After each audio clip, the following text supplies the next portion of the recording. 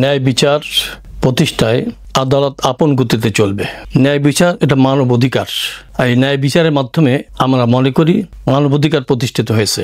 এই বিচারের মাধ্যমে আশা করি দেশে স্থিতিশীলতা আসবে এবং যারা ফ্যাসিবাদ কায়েম করতে চায় তাদের জন্য একটা স্পষ্ট বার্তা হয়ে থাকবে। এদেশের মজলুম জনতার প্রতীক্ষিত প্রত্যাশা এই বিচার মাধ্যমে পূরণ হয়েছে।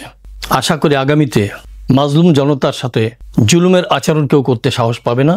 এভাবে যদি ন্যায় প্রতিষ্ঠার জন্যে আদালত ন্যায় বিচার নিয়ে সামনে চলতে থাকে, আদালত অবিতর্কিত থাকবে, আদালতের ভূমিকা থাকবে নিরপেক্ষ এবং ইনসাফ ভিত্তিক।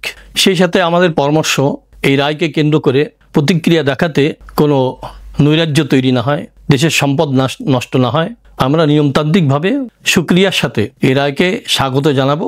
আর দেশের রাষ্ট্রের জানমাল ক্ষতি না হয়, মানুষ নিরাপদে তাদের অবস্থানে বসবাস করতে পারে, এটা দেশবাসীর প্রতি আমাদের উদাত্ত আহ্বান।